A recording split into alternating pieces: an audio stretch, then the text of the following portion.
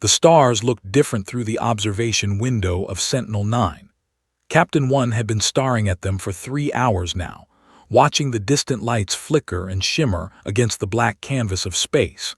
He liked the quiet moments before his shift ended, when the station was calm, and the only sound was the gentle hum of life support systems cycling air through the corridors.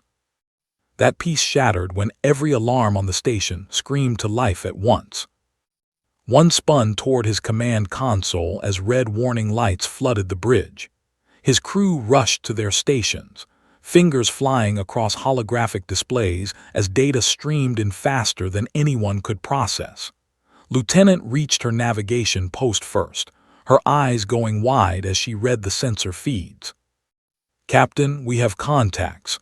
Multiple contacts appearing at the edge of the system." "How many?" one asked, moving to stand behind her station. His hands trembled slightly as she worked the controls. 500 ships, sir. 500 warships just appeared out of nowhere." The number didn't make sense. Nobody had 500 warships in one place. The entire United Earth fleet only had 200 ships spread across 3 dozen star systems. One leaned closer to the display, studying the formation that stretched across millions of kilometers of space. "Are they ours?" he asked, though he already knew the answer. "Negative, Captain. The configuration is unknown. Hull designs match nothing in our database."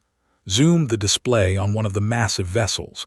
It was enormous, easily 3 times the size of Earth's largest dreadnought. Strange symbols glowed along its dark hull.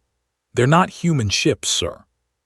Communications Officer Sook's station erupted with incoming signals. She pressed her headset against her ear, her face going pale as she listened. "Captain, they're broadcasting on all frequencies.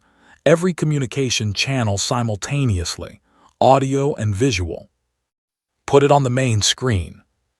The flickered and changed. A being appeared before them, tall and angular with skin that shimmered like oil on water. 4 eyes arranged in a diamond pattern on its face studied them with cold intelligence. When it spoke, the translation software struggled for a moment before finding the right words in Korean and English. "Humans of Earth and its colonies. I am High Marshal of the Confederation. For 12,000 years, my people and our allies have maintained order in this sector of the galaxy. You have violated ancient law. You have expanded into territory forbidden to emerging species by treaty signed before your civilization discovered fire." One felt his stomach drop. First contact. This was first contact with an alien species, and it was happening with 500 warships pointed at human space. "You are given 30 hours to evacuate all colonies beyond your home system," continued. "Return to Earth and remain there. Any human presence detected outside your star system after the deadline will be considered an act of war. Any resistance will be met with complete extermination. This is the only warning you will receive." The transmission ended. The screen went dark. For 10 seconds, nobody on the bridge spoke. They just stared at the empty display, trying to process what they'd just heard. "Get me Admiral," one said quietly. "Priority 1 emergency channel." The next few hours passed in a blur of emergency transmissions and growing panic. Admiral's face appeared on screens across human space, trying to coordinate a response to the impossible situation. Every colony world was screaming for evacuation ships. The United Earth Fleet was scrambling to gather its scattered forces, but everyone knew the truth. 200 human ships against 500 alien warships with unknown technology was not a battle anyone could win. One stood in the station's operations center, watching the chaos unfold across multiple displays. Civilian transports were already launching from the closest colonies, packed with refugees fleeing toward Earth. But there wasn't enough time. There weren't enough ships. 37 colony worlds spread across as many star systems, and only 30 hours to evacuate them all. "It's impossible," Chief Engineer Bora said, standing beside him. She'd come up from the engine room when the crisis began. "Even if we had enough transport ships, which we don't, There's no way to move everyone in time. I know, one replied. So what do? We do what humans always do. We survive. Officer Suk approached them holding a data tablet. Her expression was troubled. Captain, I need to show you something. I've been analyzing all the communication traffic since they appeared. There's something strange buried in the background noise. She handed him the tablet.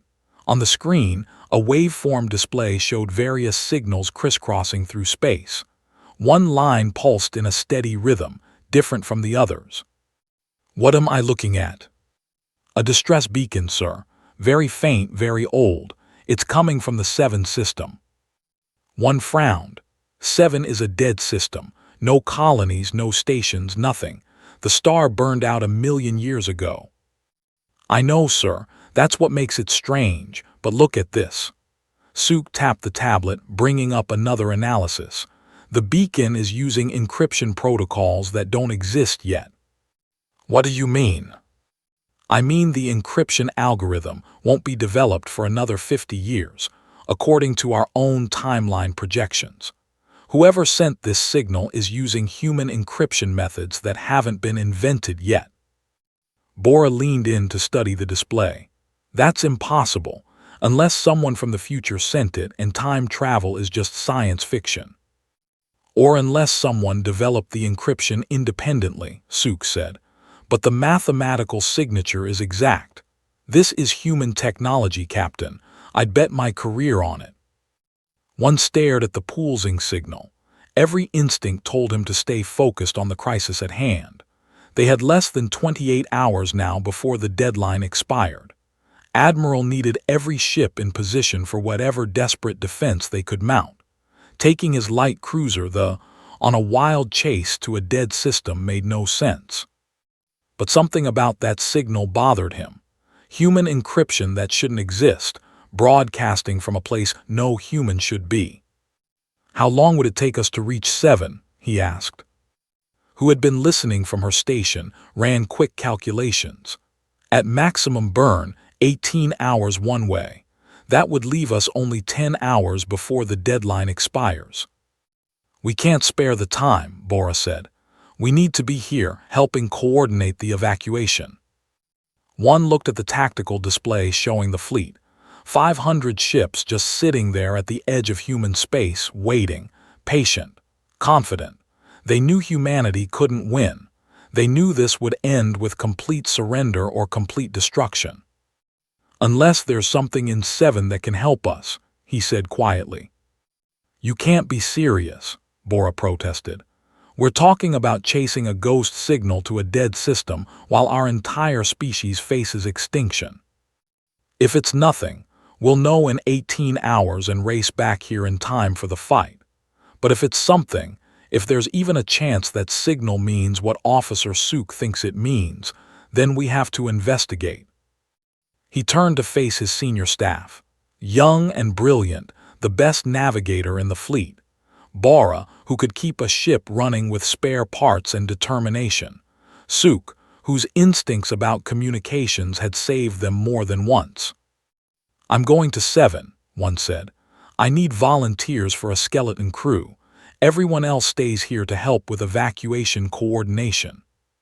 I'm going, Suk said immediately. Me too, added. Bora sighed and shook her head. Somebody has to keep your ship from falling apart. I'll go. Within an hour, they detached from Sentinel-9 and burned hard toward the outer rim. Behind them, humanity prepared for war. Ahead of them, in the cold darkness of a dead system, something impossible was waiting. The cut through the darkness of space, its engines pushing harder than they were designed to handle. Chief Engineer Bora had the reactor running at 115% capacity, well into the red zone that maintenance manuals specifically warned against. But desperate times called for desperate measures, and they were running out of time. One stood on the small bridge of his light cruiser, watching the dead star system of 7 grow closer on the navigation display. 16 hours had passed since they left Sentinel-9. 16 hours of racing toward a mystery, while humanity prepared to face its potential extinction. "Signal is getting stronger," Officer Suk reported from her communication station. She'd barely left her post since they departed, constantly monitoring and analyzing the strange beacon. "Whatever is broadcasting has significant power. It should have run out of energy centuries ago, but it's still transmitting at nearly full strength." Lieutenant adjusted their approach vector. "Entering the outer system now, Captain. The fourth planet is directly ahead." The showed Seven's dead sun, a cold brown dwarf barely emitting any light at all. 4 frozen worlds circled it in lonely orbits, dead rocks that would never feel warmth again. The fourth planet was a ball of ice, its atmosphere long since frozen and collapsed onto the surface. "Picking up the source," said. "The beacon is coming from orbit around the fourth planet. Distance, 2 million kilometers and closing." "Put it on screen." The zoomed and enhanced. At first, one thought there was an error in the display. The object couldn't be that large. But as they got closer and the image resolved, he realized what he was seeing was real. A ship floated in the darkness above the frozen world. But calling it a ship felt inadequate. It was massive, easily 3 times the size of Earth's largest dreadnought. The hull was dark metal that seemed to absorb light rather than reflect it. Strange angles and curves suggested design principles one didn't recognize, yet something about the overall structure felt human. "Size estimate?" he asked quietly. "Approximately 1,800 meters long," replied. "Mass readings are off the charts, Captain. That thing is built from materials denser than anything in our catalog." Bora pulled up detailed scans on her engineering console. The hull composition is showing elements that shouldn't be possible. Room temperature superconductors, metamaterials with negative refractive indexes. Whatever built this had technology centuries beyond what we have. "Is it active?" one asked. "Minimal power signatures," Bora reported. "Most systems appear to be in standby mode, but the reactor, if that's what the central power source is still running. After all this time in the void, it's still generating power." As they drew closer, details became visible on the massive hull. Weapon ports lined the sides, dozens of them, maybe hundreds. Point defense systems in clusters. Launch tubes for missiles or drones. This wasn't an exploration vessel or a cargo hauler. This was a warship designed for serious combat. "Captain," Suk said, her voice strange. "I'm reading hull markings, text in Korean and English." "What does it say?" "That's the ship's name, and there's a designation. It says frigate." Bora laughed, but there was no humor in it. "That's no frigate. That's a dreadnought, maybe bigger." "Maybe frigate means something different to whoever built it," suggested. One studied the enormous warship. "Can we dock with it?" "There's a docking port on the port side," confirmed. "Standard configuration, compatible with our systems. Almost like they built it specifically for us to dock." "Probably because they did," Suk said. "This is human technology, Captain. I don't know how, but that ship is ours." 20 minutes later, one led a small boarding team through the airlock and into the moment they stepped aboard, lights flickered to life in the corridors. Not gradually, as if warming up, but instantly, as if the ship had been waiting for them. The interior was pristine. No dust, no signs of degradation. The walls were smooth dark metal, with glowing strips providing soft illumination. Signs in Korean and English marked corridors and compartments. Everything was clean, functional, maintained. "This doesn't make sense," Bora whispered. "A ship can't sit in space for centuries and look like it was launched yesterday." "Maybe it wasn't here for centuries," suggested. They moved deeper into the vessel, following corridor after corridor. The ship was enormous inside, built on a scale that suggested a crew of hundreds, but they encountered no one. No bodies, no signs of battle, no indication of what happened to the people who built and flew this impossible warship. The bridge was near the center of the vessel.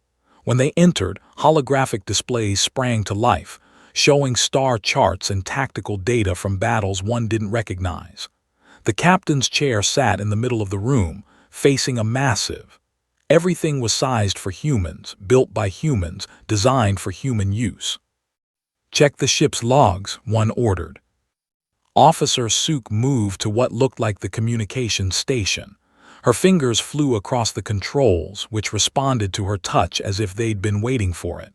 Accessing the main computer, there's a personal log from the captain. Final entry is dated. When? Suk looked up, her face pale. 2851, 504 years from now. The room went silent. Bora checked her own console twice, then a third time. "That can't be right. Time travel is impossible." "Tell that to the ship we're standing on," said quietly. One approached the captain's ready room, a small office adjacent to the bridge. Inside, on a desk bolted to the floor, he found a physical log book. Paper and ink, ancient technology preserved in the heart of this advanced vessel. He picked it up carefully and read the final entry. The handwriting was precise, the words in Korean. It told a story that seemed impossible. A future where humanity had expanded across hundreds of worlds, becoming a major power in the galaxy. Then war came. The Confederation, joined by 6 other alien powers, decided humanity had grown too strong, too influential. They brought genocide to Earth. In the final days, as human worlds burned one by one, the survivors created this ship. The built using experimental technology reverse-engineered from captured alien vessels. They loaded it with the most advanced weapons and systems they could create, powered it with reactors that bent the laws of physics, and equipped it with something called a temporal drive. The mission was simple and desperate. Send the ship back in time to the moment when the first threatened humanity. Change history. Prevent the war before it began. But something went wrong. The temporal drive brought the ship back too far, centuries earlier than planned. The system burned itself out in the process, leaving the crew stranded in the past. They knew they couldn't survive until their own time period. So they activated the ship's artificial intelligence core, programmed it with orders and contingencies, and placed themselves in suspended animation chambers designed to preserve them for centuries. The chambers failed. Age and entropy claimed them one by one over the years. The last crew member died nearly 300 years ago. Only the ship remained, its AI maintaining systems, and waiting for the exact moment it was programmed to activate. That moment was now. "Captain," Bora called from the bridge. "Something's happening. The main computer is coming online. Full system activation." They rushed back to the bridge. Every station was lighting up, displays showing data streams and system diagnostics. A voice spoke, clear and calm in perfect Korean. "Welcome aboard I am the ship's artificial intelligence. I have been waiting for you." One stepped forward. "How long have you been waiting?" 473 years, 8 months, and 12 days. I was programmed to activate when specific conditions were met. The Confederation making their ultimatum against humanity. Your arrival in this system.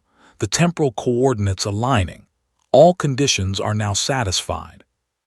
The crew asked, "What happened to them?" The crew sacrificed themselves to send this vessel back in time. Captain Min and 300 officers gave their lives to save humanity. Their mission is now yours to complete. Officer Suk was studying the tactical displays. "What are this ship's capabilities?" "Is equipped with weapons and defensive systems 500 years ahead of your current technology. Temporal locked fusion, drives allowing acceleration to 0.95 light speed. Adaptive energy shields capable of deflecting any known weapon system. Quantum disruptor cannons that unmake matter at the subatomic level. Point defense lasers operating in spectrums your enemies cannot detect. Electronic warfare suites that can disable entire fleets. I am combat ready and fully operational." One looked at his small crew. "Can 3 people operate a ship this size?" "Negative, Captain. that was designed for a crew of 300.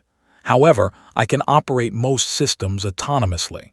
I require human decision makers in key positions only. Bridge crew must interface directly with ship systems through neural links. Neural links, Bora asked. Direct connection between human consciousness and ship systems. It allows for faster response times and better coordination. However, the process is dangerous.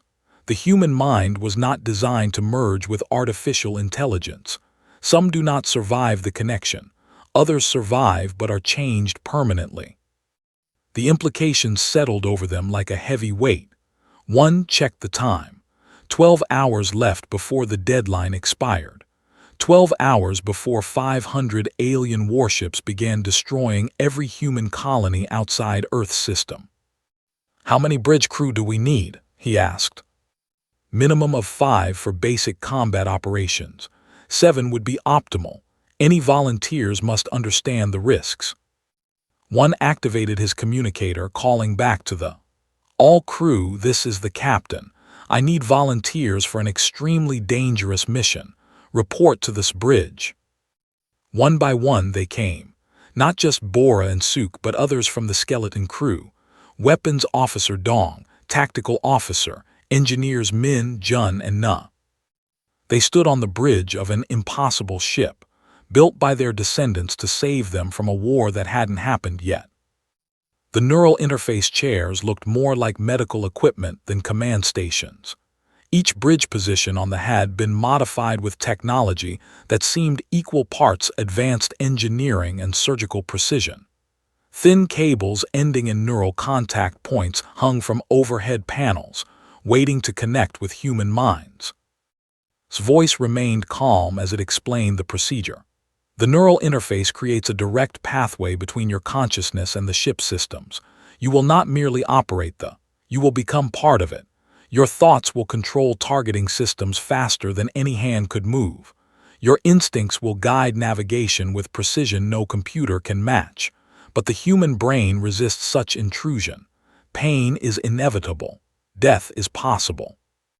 One stood before the captain's chair, studying the neural contact points. Behind him, his volunteers waited.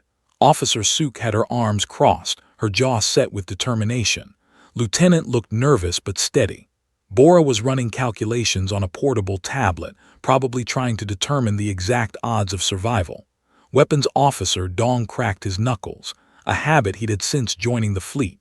Tactical Officer stood perfectly still, already mentally preparing for whatever came next. Engineers Min, Jun, and Na clustered together, whispering among themselves. "How many crew members from the original timeline survived the interface?" one asked. In the future, when this ship was first constructed, the success rate was 73% after years of development and training. You have no training. Your bodies have no genetic modifications that the future crew possessed. Your success rate will be lower. How much lower? Unknown, possibly 50%, possibly less. Bora looked up from her tablet. So half of us might die just trying to connect. Correct. And those who survive may experience permanent changes to their neurological structure, memory loss, personality shifts. Some future crew members reported experiencing the ship's memories as if they were their own. "The ship has memories?" asked. "I have 473 years of observation data, battle simulations, tactical analyses. All of this information will be accessible through the neural link. Your minds will be exposed to centuries of experience condensed into moments." Officer Suk stepped forward.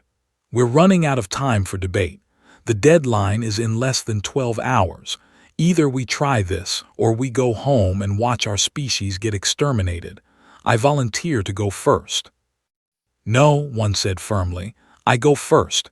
If this kills me, the rest of you abort and return to Earth. No arguments." He sat in the captain's chair before anyone could protest. The seat adjusted automatically to his body, sensors reading his physical parameters. The neural contact points descended from above, multiple thin probes that positioned themselves around his head. Captain 1, I must warn you one final time. The pain will be severe. You may experience hallucinations, memory intrusions, sensory overload. If your mind cannot adapt, the feedback will cause brain death within seconds. Do you consent to proceed?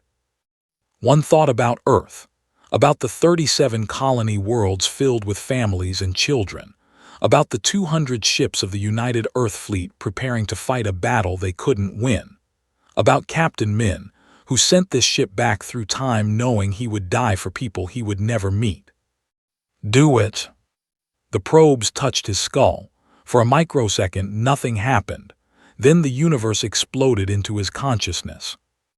Pain like fire erupted through his brain. One tried to scream, but his body wouldn't respond. Information flooded into his mind at impossible speed. Weapons systems, shield configurations, engine specifications, tactical data from battles that hadn't happened yet. He saw fleets burning, planets dying, the great war that the future humanity lost. He felt the being built, thousands of workers racing against time as alien armadas closed in. He experienced Captain Min's final moments. The brave man sitting in this very chair as the temporal drive tore reality apart around him. Then somehow, his mind found patterns in the chaos. The information began to organize itself, filing away into mental spaces he didn't know he had. The pain didn't stop, but it became bearable, background noise instead of all-consuming agony. One opened eyes he didn't remember closing. The bridge looked different now. He could see power flows through the walls, feel the reactor's steady pulse 300 meters away, sense every system on the ship as if they were extensions of his own body. "Connection stable," reported. "Captain, can you hear me?" "Yes." His voice sounded strange in his own ears. "I can hear you. I can hear everything. Your neural patterns have adapted successfully. You are the first person in this timeline to achieve full interface synchronization." The others stared at him. Bora stepped closer, studying his eyes. "Are you still you?" One considered the question. He felt like himself, but expanded, changed. He knew things he hadn't known minutes ago, understood weapons systems and tactical doctrines from a future war, but his memories were still his own, his identity intact. "I'm still me, just more." One by one, the others took their positions. Officer Suk settled into the communication station, her expression determined. The neural probes descended. She gasped as the connection initiated, her hands gripping the armrests so hard her knuckles turned white. 30 seconds of visible agony, then her breathing steadied. Her eyes opened, now showing the same strange awareness that one felt. "I can hear everything," she whispered. "Every transmission in the system, every radio wave, every laser communication. It's all clear." Lieutenant took the navigation station. The connection hit her hard. She cried out, tears streaming down her face as information burned into her consciousness. But she held on, riding out the storm until the pain receded. When she looked at the displays, she could see space itself differently, understanding gravity wells and stellar mechanics with an intuition that went beyond knowledge.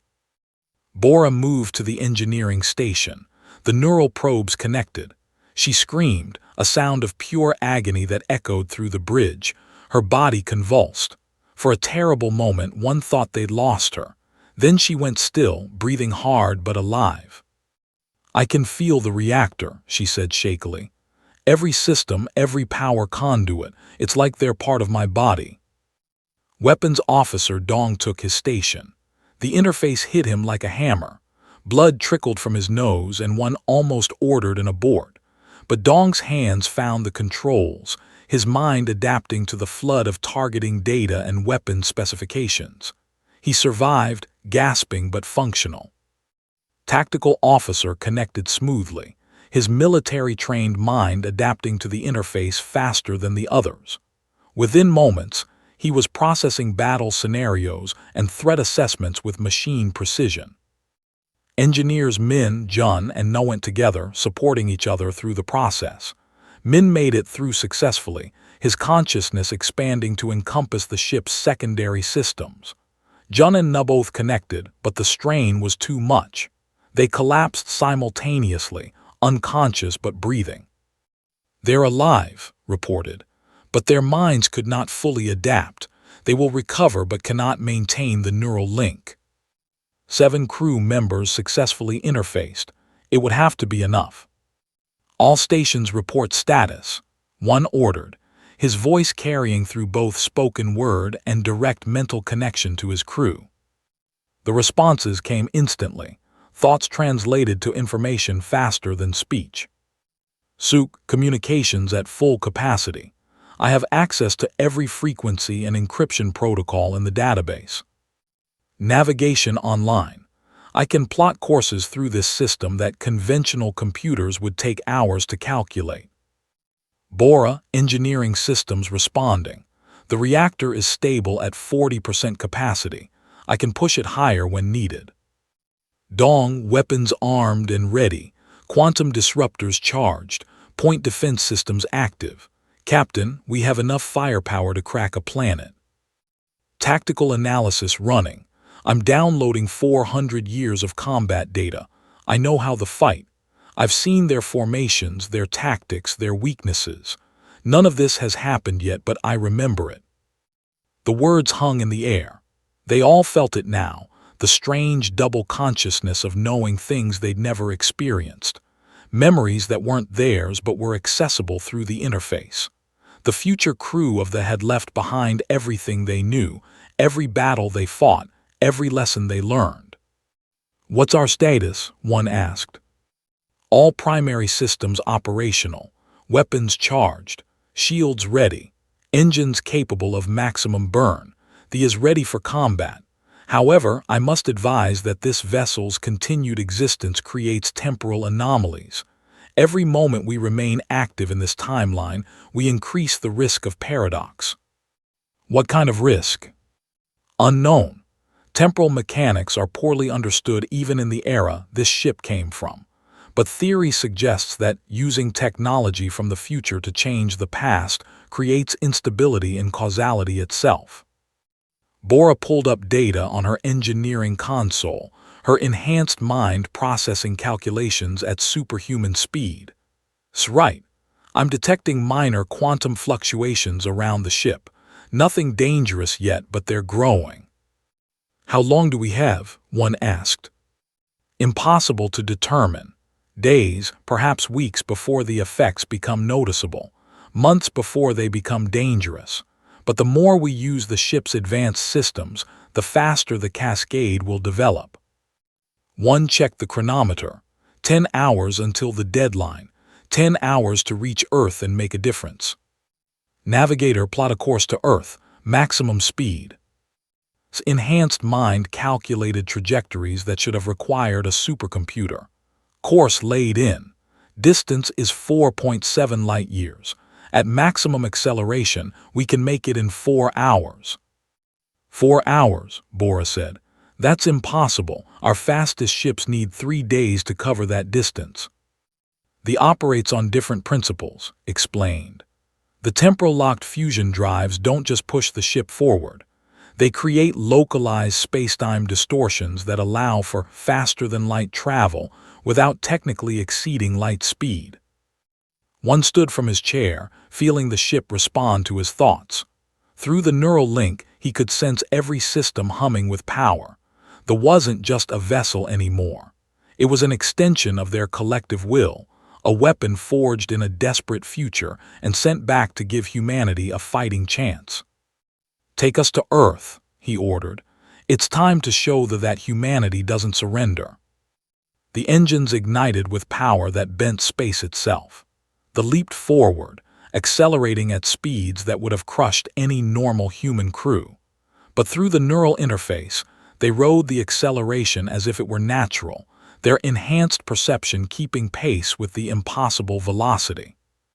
Behind them, the dead system of 7 receded into darkness. Ahead, Earth waited, along with 500 alien warships that had no idea what was coming. They dropped out of faster-than-light travel at the edge of Earth's solar system. Through the neural interface, one felt the ship systems adjusting, balancing the massive energies that had propelled them across light years in mere hours. On the Earth hung like a blue jewel in the distance, beautiful and fragile. It was also surrounded by war. The fleet had formed a blockade around humanity's home system. 500 massive warships arranged in geometric patterns that spoke of military doctrine. They weren't advancing yet. The 30-hour deadline still had minutes remaining. They were waiting, confident and patient, for humanity's final answer. Between the alien armada and Earth, the United Earth Fleet had gathered every ship it could muster. 200 vessels, most of them smaller cruisers and destroyers designed for patrol duty and colony defense. They looked like toys compared to the warships. Admiral had positioned them in defensive formations, trying to create overlapping fields of fire that might slow down the inevitable assault. Officer Sook's enhanced senses picked up thousands of transmissions, desperate communications between fleet commanders, evacuation updates from Earth's orbital stations, final messages from colony worlds accepting their fate. The fear was palpable, transmitted across radio waves and laser links. "Captain," tactical officer said, his mind processing battle data through the interface. "The Earth fleet is positioned for a delaying action. They know they can't win. They're just trying to buy time for more civilians to evacuate." "How long will they last?" one asked. "Against 500 warships. Minutes, maybe an hour if they're lucky. The technology gap is too wide." Lieutenant brought the to full stop relative to Earth, positioning them behind the human fleet. "Admiral is hailing us, Captain. She's demanding identification." "Put her through." The split showing both the battle formation ahead and Admiral's face. She was in her 60s, a career officer who had commanded fleets for 30 years. Right now, she looked tired and angry. "Unknown vessel, this is Admiral of the United Earth Fleet. Identify yourself immediately and explain why you're not in formation." "Admiral, this is Captain One of the, we're here to help." His expression shifted from anger to confusion. "Though, that's not a ship designation I recognize. And your vessel, whatever it is, appears on our sensors as bigger than our dreadnoughts. Where did it come from?" "It's complicated, Admiral, but we have capabilities that can make a difference in this fight." "One ship. Captain, I don't care how big your vessel is. We're facing 500 alien warships with technology we can't match. Unless you've got something revolutionary, one more ship won't change the outcome." One felt through the neural link, its weapons systems charged and ready, its shields capable of absorbing punishment that would vaporize any other human vessel.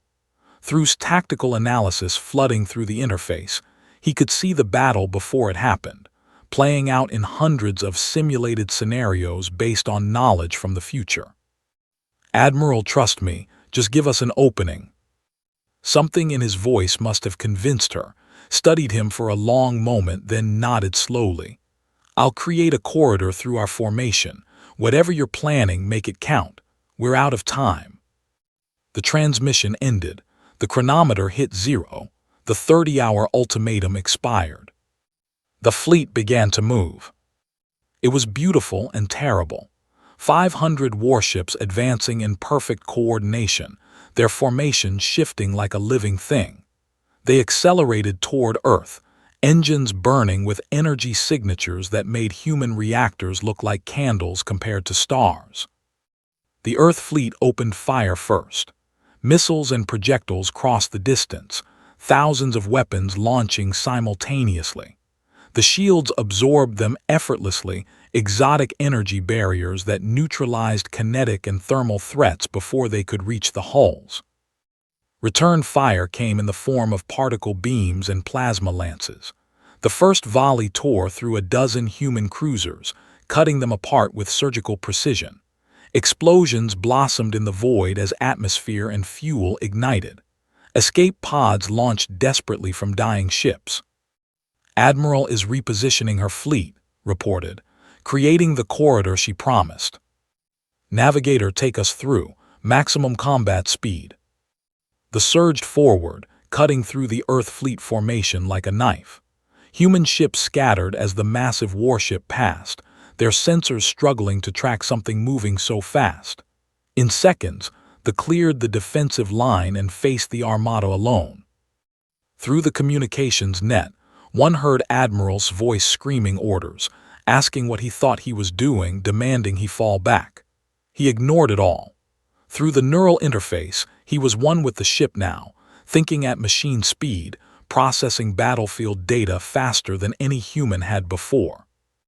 Weapons officer, you have firing authorization. Tactical, feed him targeting priorities. Acknowledged, Dong replied, his enhanced mind linking with the weapon systems.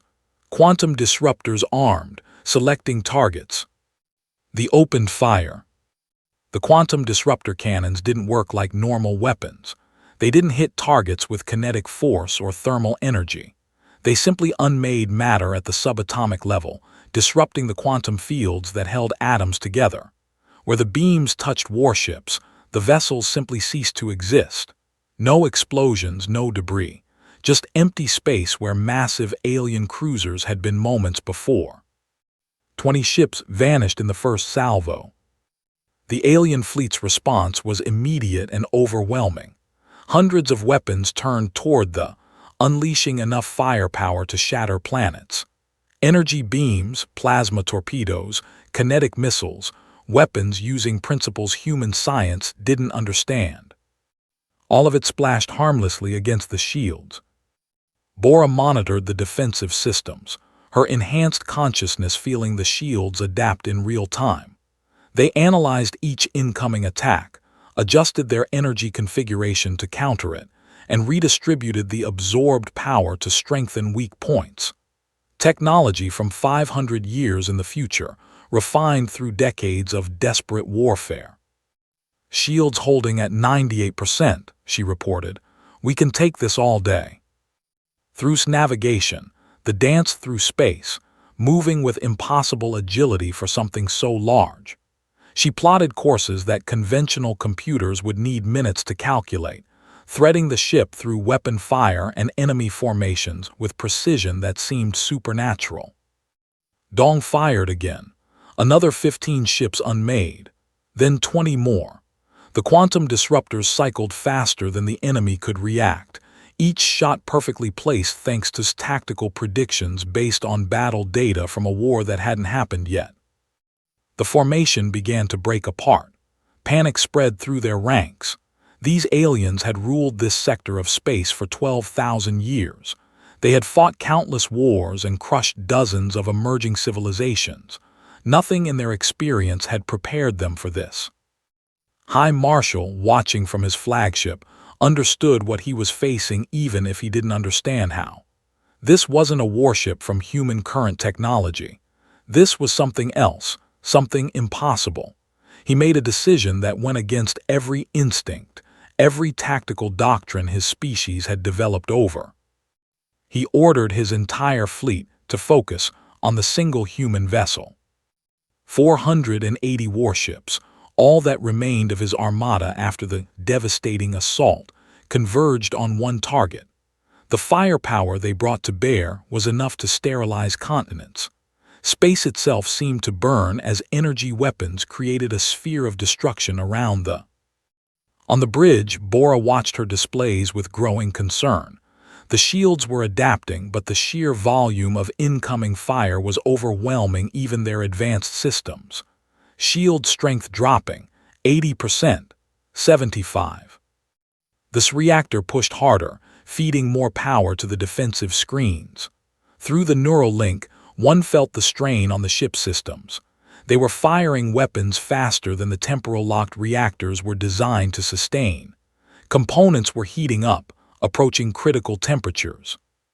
We can't keep this up indefinitely, Bora warned. The reactor will overload if we maintain this rate of fire. Through navigation, one searched for escape vectors, but tactical analysis showed the truth. They had them boxed in, surrounded by overlapping fields of fire. There were too many enemies, too many attack angles. Then Officer Suk intercepted something. a transmission between ships, encrypted but no match for her enhanced capabilities and the ship's advanced decryption systems. She translated it in real time, her mind processing the alien language patterns faster than any computer. "Captain, I'm reading a priority message from High Marshal to his government. He's saying we possess temporal technology. He knows we're from the future. And he's saying this isn't a war they can win because we've already fought it and learned all their weaknesses." The implications settled over the bridge crew through the neural link. They understood now. They knew they were fighting an enemy with 500 years of advanced knowledge. Every tactic they tried, they would counter because had seen it all before in the original timeline. One made a decision that surprised even himself. Through the neural interface, he felt the weight of his choice before he made it, understanding its implications at machine speed. Weapons officer, cease fire. Target only propulsion systems. Disable, don't destroy. Dong hesitated for only a microsecond before adjusting his targeting parameters. The quantum disruptors fired again, but this time the beams struck engine sections instead of ship cores. Warships went dead in space, crippled but intact, their crews alive. Captain protested, "We should press the advantage, destroy them now while we can." "No, we're not executioners. Officer Suk, open a channel to High Marshal. All frequencies, let the whole fleet hear this." The communication systems connected. Through the interface, one felt his words being transmitted across every radio band, every laser link, reaching every ship in the battle space, including the stunned human fleet behind them. "High Marshal, this is Captain One of the. I'm calling for an immediate ceasefire. We need to talk about what's really happening here, about the future your species faces, and why you need humanity as allies rather than enemies." For 10 seconds, silence. Then's voice came through, speaking in his own language with translation software rendering it into Korean. "You destroy 40 ships in minutes, cripple dozens more, and now you want to talk. Explain yourself, human. This ship came from 500 years in your future. A future where your confederation and my species destroyed each other in a war that weakened us both. A war that left us vulnerable to something worse coming from beyond the galactic rim. I have the logs, the battle records, the historical data. I can prove everything I'm saying. But first, we need to stop killing each other." Another pause. Then, "If you're from the future, you know we cannot allow you to exist.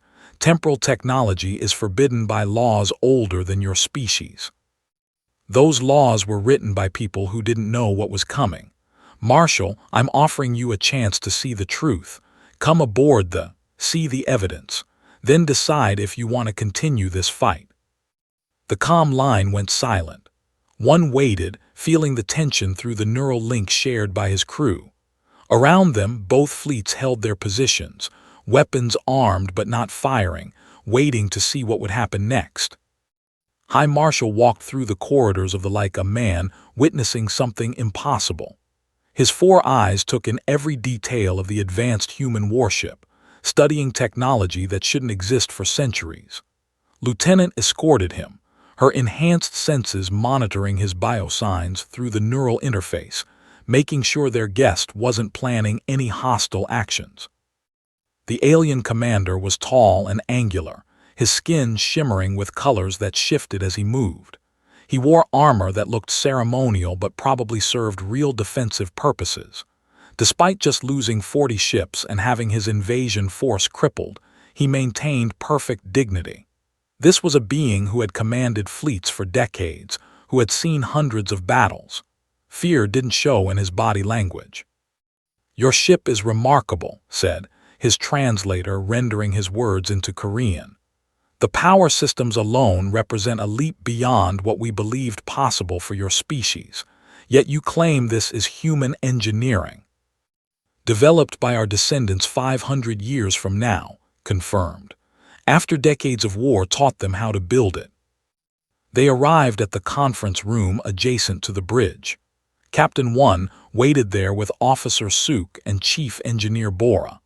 They disconnected from the neural interface for this meeting, though one could still feel the echo of the ship in the back of his mind. That connection would never fully fade now. Studied the three humans, his four eyes focusing on each in turn. You are the ones who defeated my fleet. Three individuals controlling a vessel that should require hundreds of crew. 7 of us actually, one corrected. The others are maintaining the ship's systems. We used neural interfaces to link directly with the artificial intelligence core. It's dangerous technology, but these are desperate times. Desperate times that we created, said, settling into a chair designed for human proportions but adjusting automatically to accommodate his different physiology. Very well, Captain. You promised me evidence. Show me this future you claim to know. Officer Suk activated the holographic display system. Images filled the air above the conference table. Star charts showing the expansion of human space over the next 5 centuries. Diplomatic records, trade agreements, the gradual integration of humanity into galactic society. Then the war began in the historical records. It started with small conflicts, border disputes, trade disagreements, but tensions escalated. The Confederation, watching humanity's rapid technological advancement, grew concerned. Other alien powers shared that concern. Together, they decided humanity needed to be contained before it grew too strong. The decision to act came in 2789, a coordinated assault on human space by 7 alien civilizations. The war lasted 62 years. Billions died on both sides. Planets burned. Space itself became a graveyard. Watched in silence as the records played out. He saw battles where his species' ships fought and died. He saw human worlds reduced to radioactive ash. He saw both civilizations pushing their technology to the breaking point, creating weapons that violated every ethical standard. How does it end? He asked quietly. Suk fast-forwarded through decades of conflict. The Confederation wins, technically. Humanity is pushed back to its core systems. Earth itself is under siege, but the victory is hollow. Both sides are exhausted. Your fleet is a shadow of what it was. Your economy is shattered. Your alliances are fracturing. The display changed, showing something new. A threat emerging from the darkness beyond the galactic rim. Ships of impossible design. Energy signatures that violated known physics. An intelligence that didn't communicate, didn't negotiate. It just consumed. We call them the Harvesters, Bora explained. They arrived 5 years after the human war ended. Neither side had the strength left to fight them. Dozens of civilizations fell before anyone managed to organize a proper defense. According to these records, it took another century to push them back, and even then, they're not defeated, just contained. Stared at the holographic representations of the Harvester fleet. One watched the alien commander's face, or what he could read of it. Fear showed there now, barely controlled. This future you show me, how do I know it's real? You could have fabricated these records. You can't know for certain, one admitted. But ask yourself this. Why would we? If we wanted to conquer you, we have the weapons to do it. The destroyed 40 of your ships in minutes. We could have annihilated your entire fleet if that was our goal. Instead, we crippled your engines and asked for this meeting. Does that sound like conquerors? Was silent for a long moment. His 4 eyes studied the historical data still floating in the air. There is something I must tell you, something that may help you understand our actions. He gestured, and Suk adjusted the display to show a star chart, pointed to a region of space near where human colonies now existed. The ancient treaty forbidding emerging species from expanding into this region was not created to maintain order as we claimed. It was created to hide evidence of genocide. 10,000 years ago, my ancestors encountered another species beginning to develop space travel. Young, curious, peaceful. The founding races of what would become the Confederation saw them as a potential threat, so we destroyed them completely. Every colony, every ship, every trace of their civilization erased. Bora leaned forward. You're saying the treaty exists to cover up mass murder? Yes. Their ruins still exist on several worlds in this region. Ruins that would reveal what we did. When humanity began expanding so rapidly, approaching those worlds, we panicked. The treaty was our excuse, but the truth is we feared exposure more than we feared your military potential. The admission hung in the air. Officer Suk looked at one, her expression troubled. This changed things. They weren't just ancient galactic powers maintaining order. They were guilty of the exact crime they'd been preparing to commit against humanity. So what happens now? One asked.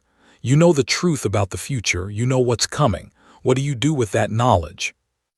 I take this evidence to the Confederation Council, said slowly.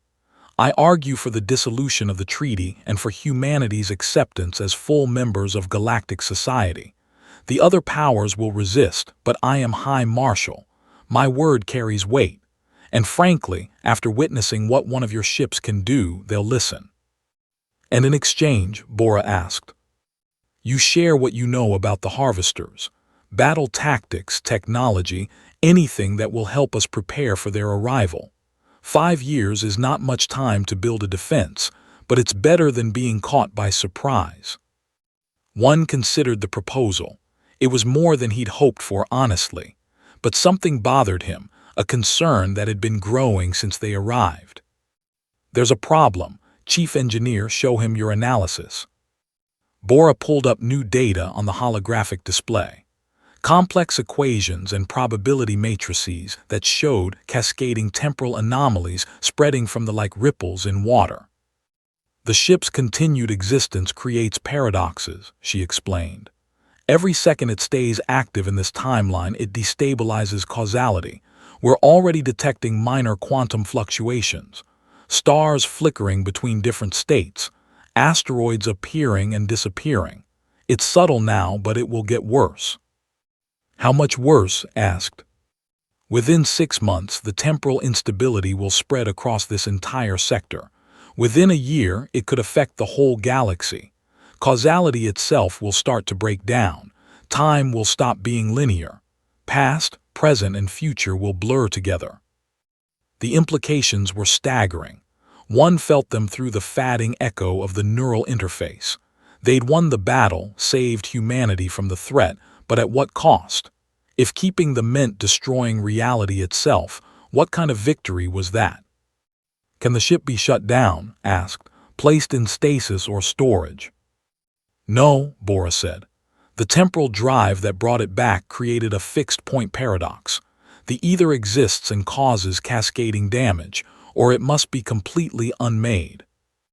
Officer Suk pulled up additional data. But there's a third option. The temporal drive has one use remaining, not to travel through time but to anchor a single point of causality. If we activate it, this timeline becomes the true reality. The paradoxes stop because this becomes the only timeline that matters, but it comes with a cost. What cost? One asked. No one can ever use temporal technology again, not just us but anyone in this galaxy. This timeline becomes locked, unchangeable. Whatever happens from this point forward is permanent. No second chances, no do-overs. The weight of the choice settled over everyone in the room. One thought about Captain Min, the man who sent this ship back knowing it would kill him. What had he been trying to accomplish? Just give humanity a weapon, or give them something more important. A choice, a chance to decide their own future instead of having it decided for them. I need to consult with my crew, one said. He gathered them in the bridge, all 7 who had survived the neural interface. Engineers Min stood with them, having recovered from his unconscious state. Weapons Officer Dong, Tactical Officer, Navigator, Communications Officer Suk, Chief Engineer Bora. They'd fought together, their minds linked through impossible technology. They'd saved their species. Now they had to decide what came next. We could keep the ship, Dong argued. Accept the risk. Use that to protect humanity as the galaxy gets more dangerous. And watch reality collapse around us, countered. The math is clear. The temporal paradox will destroy everything within a year. We could try to fix it, Min suggested. Research the problem, find a way to stabilize the timeline without giving up the ship. Bora shook her head. I've run every calculation. There's no way to maintain a temporal paradox of this magnitude without consequences. The only solutions are to destroy the ship or anchor the timeline. Spoke up. If we anchor the timeline, we lose our greatest advantage. No second chances means whatever mistakes we make from now on, we live with them. That's a terrifying responsibility. But that's how normal people live, Suk said quietly. Making choices and living with the consequences. Maybe that's the point. Maybe Captain Min didn't send the back to give us a weapon. He sent it to teach us that we have to face our future with courage, not by hiding in knowledge from tomorrow. One looked at his crew, these brave people who had volunteered to risk their lives connecting to alien technology. They'd saved humanity, but now they had to save reality itself. We activate the anchor, he decided. We lock this timeline as the true reality, and we destroy the... They returned to the conference room and explained the decision too. The High Marshal listened carefully, his 4 eyes showing something that might have been respect. You would give up this advantage willingly. We have to, one said. Keeping it means destroying everything. And honestly, I think that's what Captain Min wanted. He didn't send us a weapon to solve all our problems. He sent us a chance to make our own choices. Over the next 3 hours, they prepared for its final act. Admiral brought her fleet closer, curious about what was happening. They maintained their positions, weapons powered down in accordance with the temporary ceasefire. Bora worked to prepare the temporal drive for activation. The AI's voice remained calm as always, but one thought he detected something else there now. Satisfaction, maybe, or peace. Captain Min's final orders were to protect humanity, said. In anchoring this timeline, that mission will be complete. It has been an honor to serve. They connected one final time to the neural interface, all 7 crew members linking their consciousness to the ship. The experience was different this time. Calmer. They knew what to expect, and their minds had adapted to the connection. One gave the command. Bora executed the sequence. This reactor surged to levels that shouldn't be possible.